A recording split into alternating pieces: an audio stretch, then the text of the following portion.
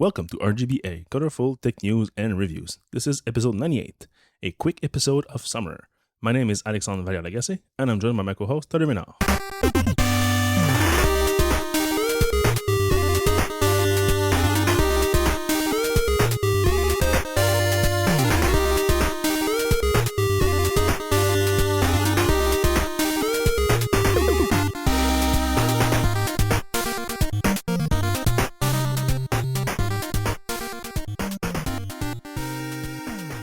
So this will be a short episode. We're just trying to meet to do that episode. We both have busy schedule, busy holidays for me, running around the city. So let's jump right into the fun stuff. So it turns out well because in the summer there's less news, but we have a couple little things.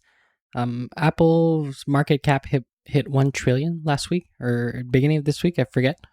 I find it funny that everybody's saying it's the first company, but actually there's a Chinese, I think a petrol company or something that hit it once before, but I guess Apple is actually going to stay there or pretty much stay there. So maybe that's the big milestone.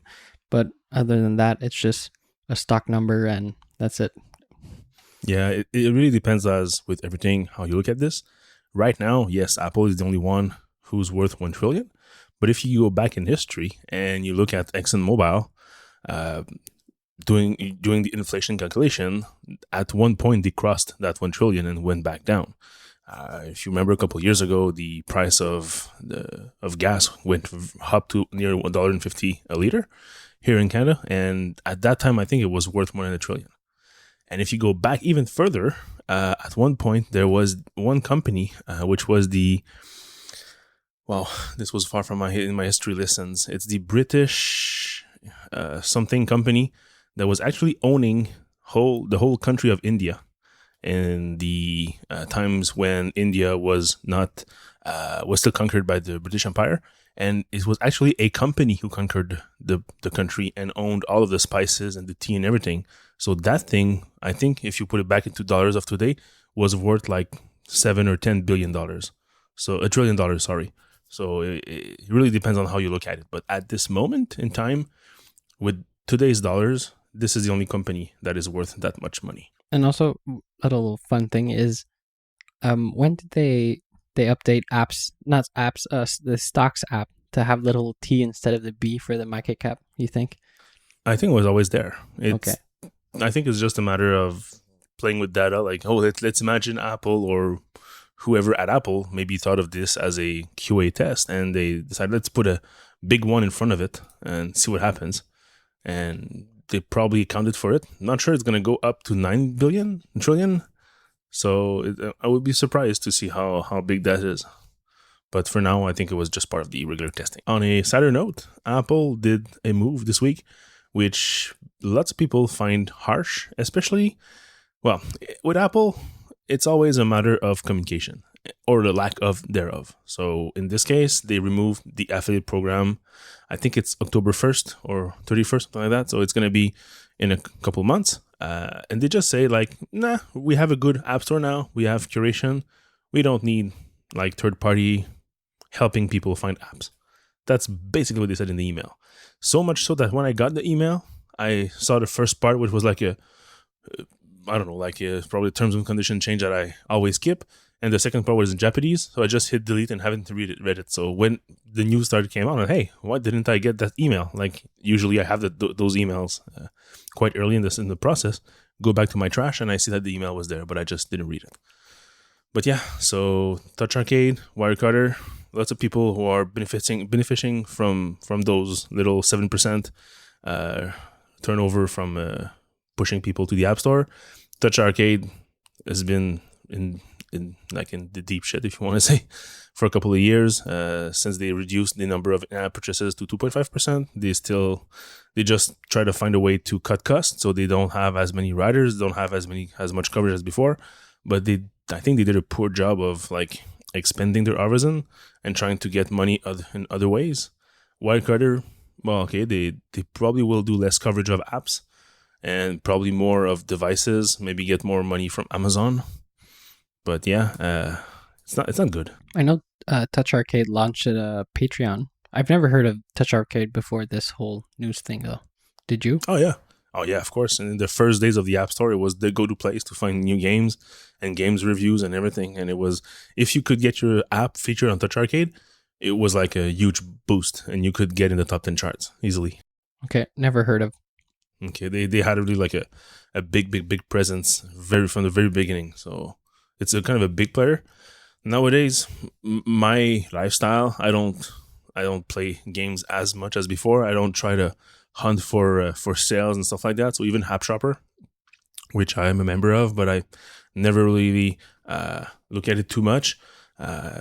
I don't really use those services anymore. So, and now they're probably going to disappear. So I don't think App Shopper can live without those referrals. I think that's owned by Apple Insider or Mac Rumors. I don't remember, but one or the other. So yeah, it's a couple less players will be there in a couple of months. Do you think there's a reason why, or just like abuse or something? Is there like a real reason if you want, or they looked at the numbers and they said, hey, we don't need this referencing anymore. Let's just take back that 2-3% that we're giving away. Well, let's look at this with a little mathematical formula. So they announced $9 billion in services. They are saying that the App Store is most of that money. Maybe let's give it, like, let's say a 40%, just to be on the safe side. Maybe it's 40, 30, and 10 or whatever. So 40% for the App Store. So not all apps are purchased through one of those referral programs. So let's say, conservative number, 25%. So 25% of app sales that go through 40% of the 9 billion. So that's about, let's say, 3.5 billion, and then a quarter of that, maybe 1 billion. Let's give a round number. So $1 billion of sales are going through the affiliate program, and 7% of those of that money was sent to affiliates. So that still is kind of a big number. It's like 70 million, is it? Or do I suck at math? Wait. I think you suck at math. Yeah, I suck at math, so that's a given. But yeah, so if you get $1 billion, and that was 70 million, so I wasn't too off of it. So they just want to, like, I don't know, find some couch cushion pocket change and get that 70 million back into their plus column. So I think it's abusive. I think it's harsh, especially because there is still value for third-party sites. This allows people to make money, especially mostly independent companies. I don't see like Activision or like some huge company use the App Store revenue to, I don't know, like make even more money. Like the ones who were the most benefiting from that was actual indie developers who were referring their own app on their own website just to get a 7% back from that 30% that Apple keeps, so that they would lower to maybe 23% the amount of money that they lose per app sale. So I find it abusive and I find it harsh. I don't think it matters for Apple. 70 million out of 9 billion, it's really pocket change. So at this point, I don't understand why they don't want to pursue it. If you don't want to invest in the system, I can understand. Don't change it. It works fine. It barely changed over the years. So yeah, that's what I think. Okay, and we forgot to say about the 1 trillion market cap. It was all after the good Q3 earnings. So there was Q3 earnings last week, and they made a lot of money and they sold a lot of things. And that's how I sum it up. Yeah, well, yeah. One thing that was interesting is that the whole quarter was right before the MacBook Pro update. So this means that I think it's the worst quarter in terms of aged products for Apple. So in a single quarter, they mostly have very old products and at least 1 year old laptops. So there was nothing really for them that was new and shiny in their lineup. And that is explained by the worst number of sales per unit of Mac computers, I think forever or whatever, since many, many years. So that is a proof to me that Apple needs to revamp their computers faster, because if they don't do it, then you'll get numbers like this. You have a lot less sales. Then again, they might don't care, because the following quarter, now that we're in and that they're selling the new MacBook Pros, those numbers might go up. But still, they should do something about that. And that, I think, is actual like dollar proof that you need to update your computers. And also the iPhone 10 is selling very, very, very well. Yeah, still the top selling device, which was not what I was expecting, especially not today, like after so many months. So yeah, that's special. Yesterday I went to Best Buy to exchange something, and the guy at the service desk was explaining to a lady. The lady wanted to buy an iPhone 10 for her daughter, and he's just saying, you should wait until September. There's going to be 3 new iPhone X coming out, and they'll be cheaper, like $600 US instead of the full $1,000. And I'm like, I almost jumped into the discussion, but I was done with my stuff and I had to leave. But like, don't influence people with rumors. Like, you don't know that. You're speaking like as if you know exactly what Apple will do in a couple months, and you are sure that's going to be 3 new iPhone 10. And like, no, Apple plays with screen sizes all the time. I think the first time we heard about the plus size screen was like in the iPhone 4 days. Like, it doesn't make sense. Apple orders thousands of parts for fun, for playing with different sizes, and you cannot say for sure that this is going to happen, especially not to a customer. So anyways, all right, moving on to Instapaper. This app has been there since the beginning of the App Store. I think day 2, because they had too many things to approve.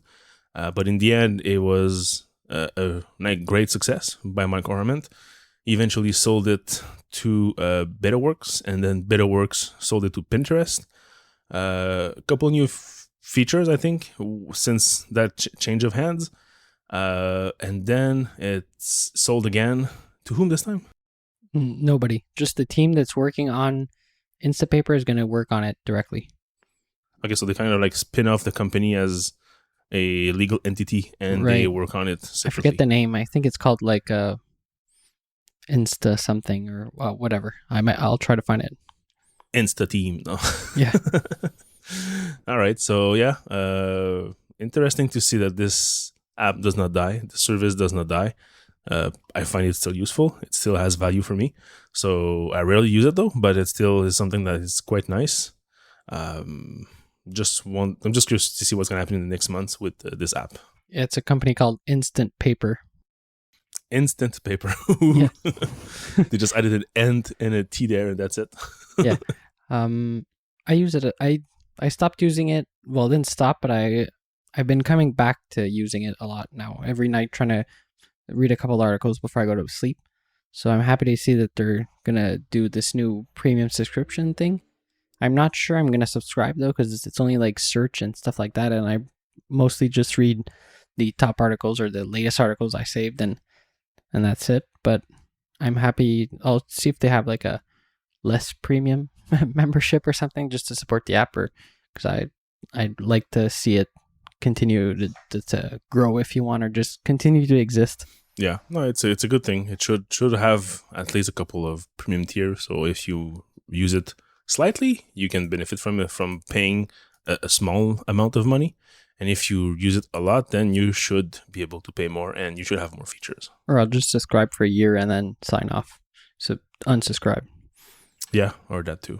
All right, so moving on to Gadget and Review Corner. This week I published my Vizio P65 E1 series HDTV review.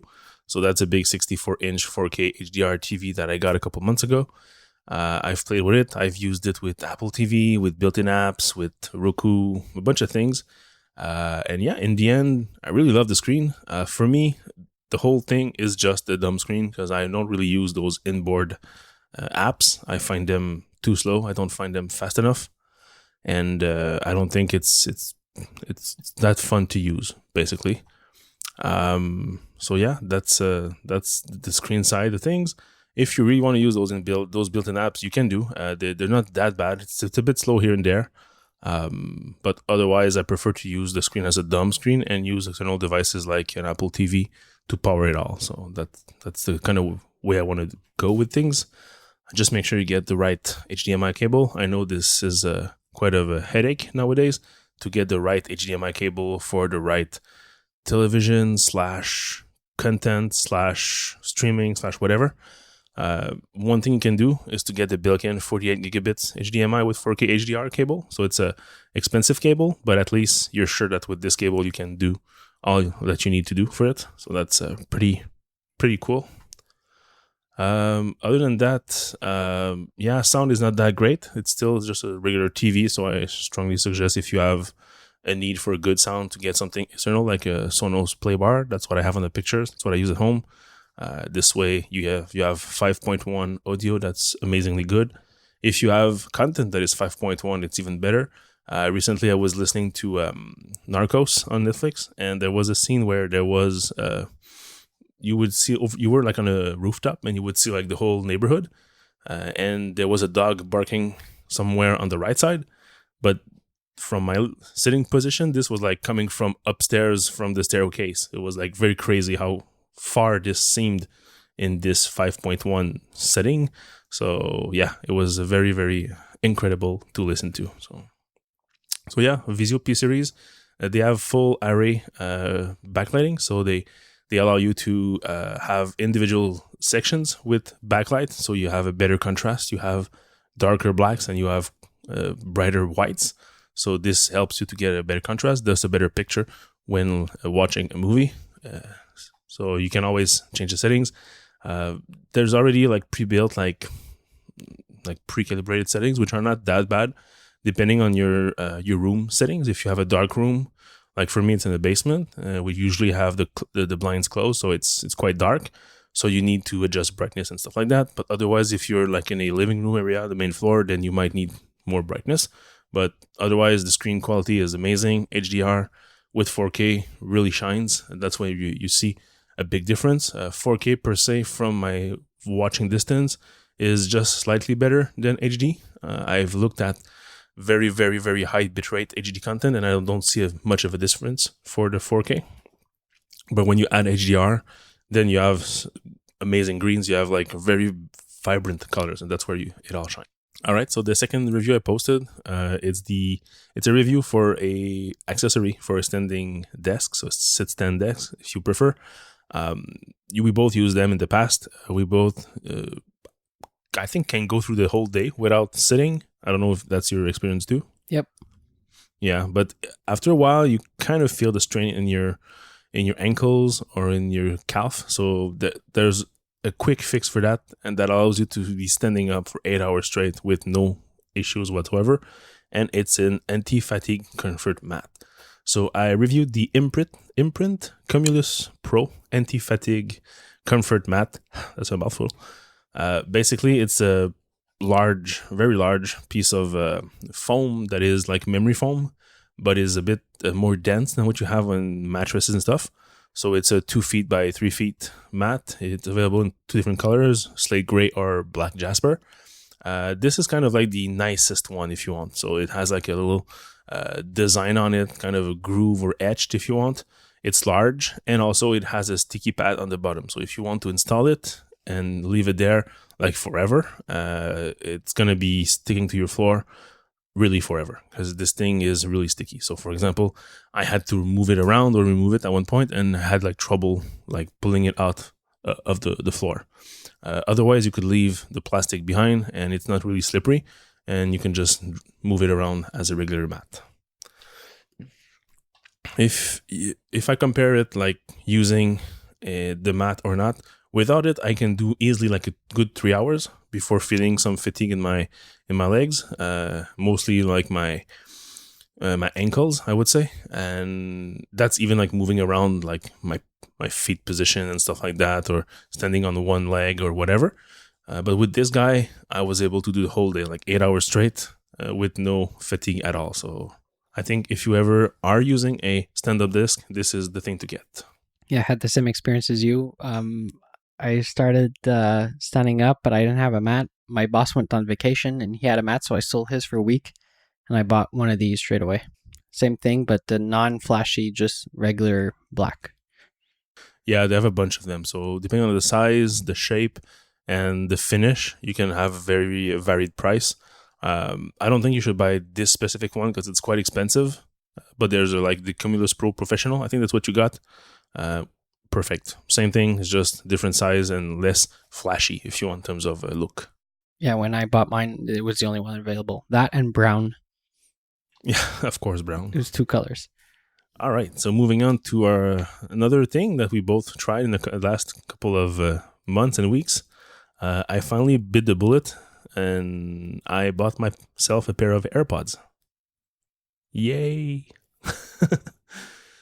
Yeah, so I got lots to say. Hopefully, we can fit that in 7 minutes. That's about the whole time we have left. So, make a short story about my experience. All good, but some bad. I like the comfort of them. They fit well in my ears. Although after a couple of weeks, they kind of feel loose. So I might have to resort to some kind of a little rubber thing I put around them that fits in the case. I'm still on the lookout for this thing. But otherwise, pairing is great. I'm the kind of guy who always have like one ear listening to podcasts. So for this, it's even better. I can have just one in my ear and I can double tap to pause. That's perfect. I have it set to the right ear for double tap for pause and the left ear for double tap to Siri. If ever I need Siri for something, which I rarely don't. But actually, I had like good success with Siri. Like every time I asked her something using the AirPods, perfect response. So seriously, I think my phone must be broken of some way because Siri never worked on this one. But these, she understands me every time and perfectly. So I'm very, very surprised for that. So that's pretty great. You've been using them also for phone calls. Usually when you're like waiting on the line or something, that's perfect. You just drop your phone somewhere, have this on your red ear, and you just move around the house. And whenever they answer, you're ready to talk. So that's perfect. Battery life is great. I can do almost a week of them with them just charging from the case. So that's really, really impressive. All that is great. All that, I love it. Except when they don't work. So I had like one scenario a couple days ago where I was removing them from my ear. They were not stopping the music. I put them in the case and I could hear the music from the case. So that was weird. And then I tried to put them back on, double tap did nothing. Left or right, nothing. So they were kind of frozen, I guess, or crashed.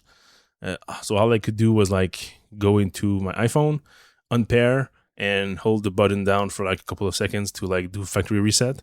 And then I had to repair them. But good thing is that the whole thing took like 20 seconds. So it's super fast. So to repairing your headphones. But then you have to go back to set up your right ear for pause and your left for Siri and your right ear for mic and stuff like that. So it's a little bit tricky, but it still is quite good. So overall, I would give those things maybe like 90%. They're always amazing, except when they're not. And the only downside that I have on my day-to-day use is that they don't cut down the noise. So in the metro or in the bus, I have to raise the volume super high because I cannot hear my TV shows or whatever. So that's the only downside, I would say. Yeah, I tried a pair too for a couple days. I don't want to walk with them or just go to work with them because I'm scared of one falling out. So it's pretty much just for around the house and all that. So that works fine, and I don't mind dropping them on the floor or the couch or whatever. The only problem I have is you can't change like the input fast enough. Like I go from my phone to the Apple TV to my laptop, and it's a pain to go to the Apple TV, especially. Yeah, they don't auto detect that you're on another device. So for Mac, I added Tooth Fairy in my dock. So I have a little AirPod logo in my dock, and I just click it, and automatically they pair to my Mac. So it's a one-click process. So I even have that for my Bose. So I'm going to send you a little picture of what it looks like. That's what I have in my dock. So it's one-click pairing, and it works super fast. So it's not what the biggest problem was with the Apple TV. There's no way to get them to go on the Apple TV except going and digging in settings. You're right. That's the worst part. Yeah, I haven't tried that with my Apple TV, so I wouldn't know.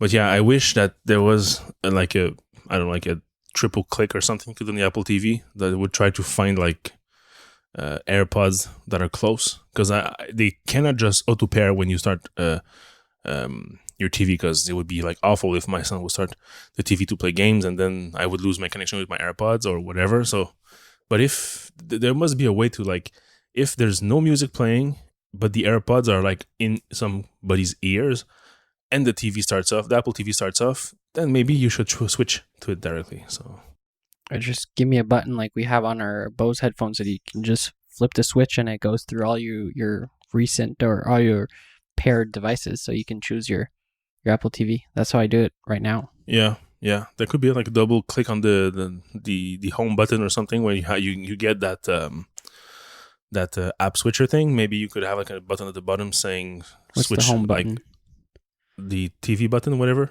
There's a menu button. If you double click the TV button, you get your app switcher. Right. So if you could have like an option below that. If you just swipe down after that, you go to try to swap between audio devices. That could be a way to do it. Are you really scared like to lose them? Like, have you like dropped them in the house or something? Or No, around the house it's okay. But my only example is when I was walking on vacation, I was walking in the street with just the AirPods, not the ear. What's the normal ones that come with the phone? EarPods, yeah. I was walking around with the EarPods and a big gust of wind came by and one just flew out. So good thing it was the wire. attached. Yeah, to a wire. And then also in the train last week or a couple weeks ago, I saw a guy walking down the stairs, getting off the train, and his AirPod just flew out of his ear on the sidewalk, and then he like scrambled in the middle of this big rush of people following him to pick up his AirPod, and he blew on it and put it back in his ear. So I guess it works.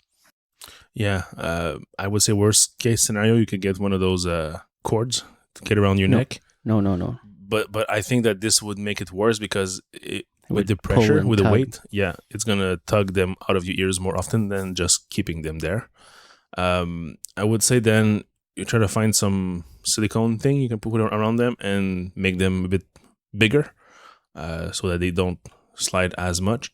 And also the material of the AirPods is very shiny and plastic, so it usually is more conducive to have earwax and move around your ear more often.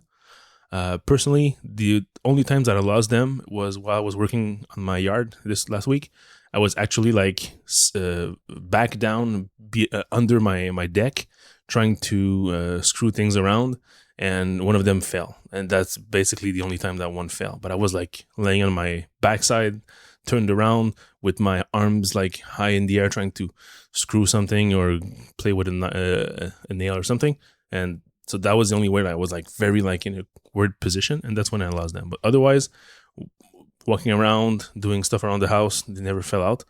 Though they're a bit looser now, so I just need to maybe move them around in my ear once in a while to readjust them. But nothing a little silicone thing could fix. All right, so that was it for episode 98 of the RGBA podcast. You can find the show notes at rgba.fm/98. You can find us on Twitter at _RGBAfm. You can find me personally on Twitter at Valia, VALLIERS. And I'm Tyler Menard, TYLERMENARD. Have a nice week. Have a nice week.